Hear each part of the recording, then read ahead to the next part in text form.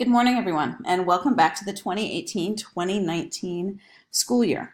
This will be Idea Center's fourth year, and I would like to begin our meeting by taking a moment to review our newly revised mission statement, as well as our guiding principles. Thank you. And I would like to note it's these principles that have led you to design innovative projects, which have allowed our students to explore curriculum in ways most would not have had the opportunity to do at a traditional campus. And they have achieved, especially when it comes to presenting their learning.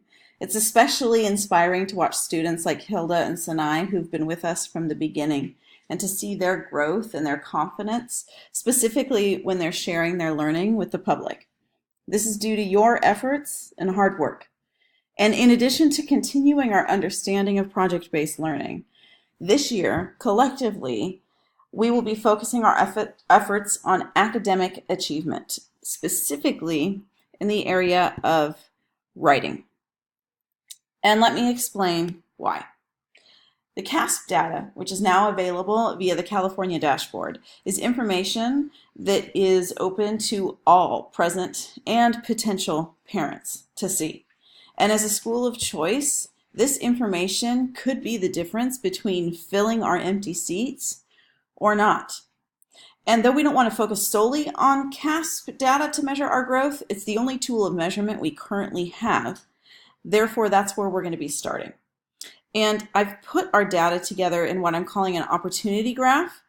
And as you can see in this graph, I've compared IDEA to schools within our district like El Cajon, Mount Miguel, and West Hills, and El Cap, as well as with schools around San Diego County.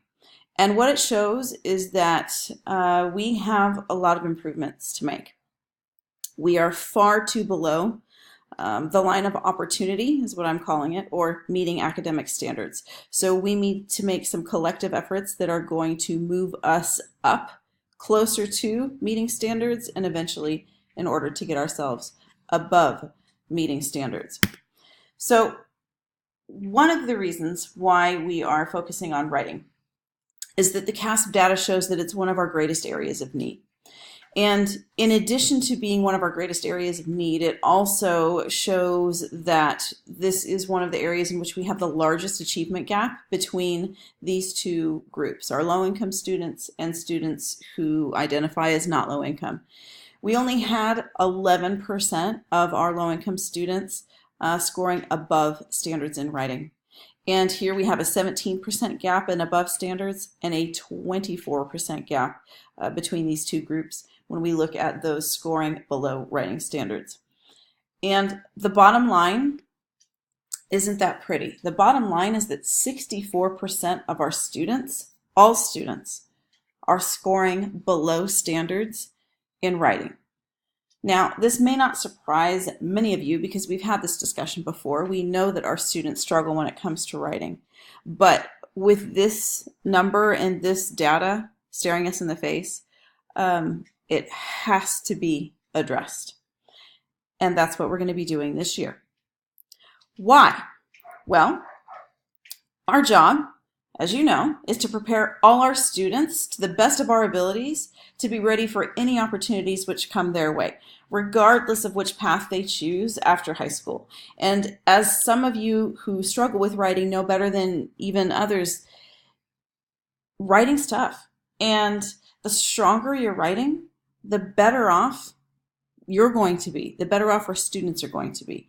As this article from Time Magazine says, the more grammatical errors you make, the less likely you are to be promoted.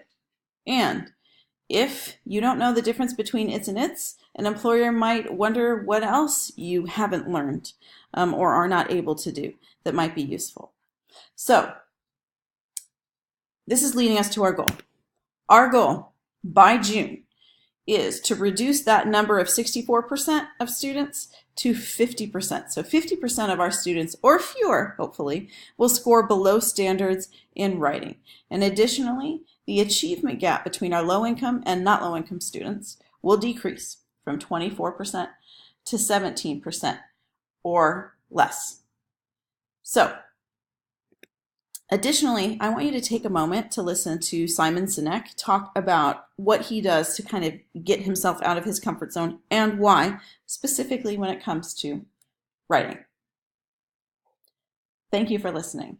And I know the idea of teaching writing for some of you is like jumping in the ocean without knowing how to swim. But as Simon explained, this isn't the case. You all have the basic knowledge on how to do this. You're all college educated. You've all gotten this far. So that means you all know how to swim. Now, this might be a challenge. You might be forced into the deep end or even into the ocean. But acknowledging this as a challenge might make it even more authentic and powerful for our students. Knowing that you're moving out of your comfort zone and you're taking a risk and you're sharing this with your students might make them more willing to do the same.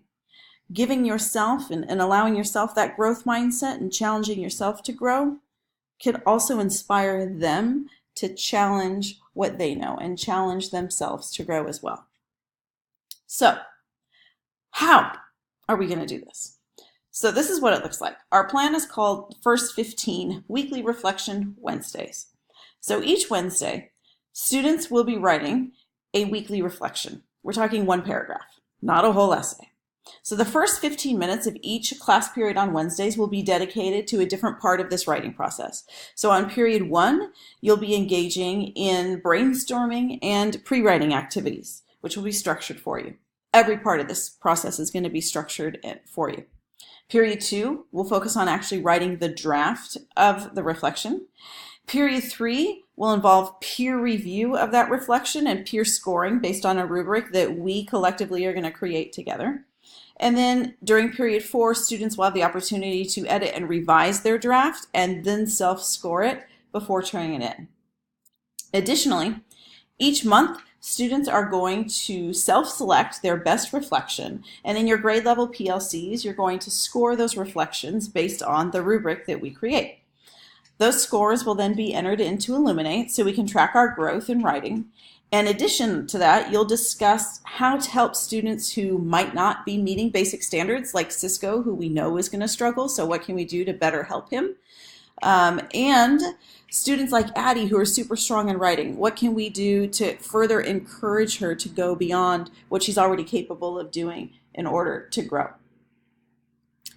So, once again, our goal is to decrease the percentage of students scoring below standards from 64% to 50% or less in the category of writing, and also to decrease that performance gap between our low-income and not low-income students from 24% to 17% or less.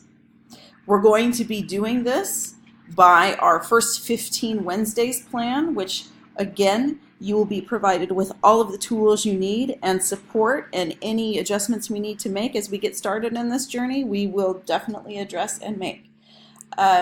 We can do this. We can give our kids what they need in order to achieve, in order to be ready for those doors of opportunity when they are presented to them. So thank you, Mavericks, and I am really excited about embarking on this journey to see how much we can grow and improve. Let's do this. Thank you.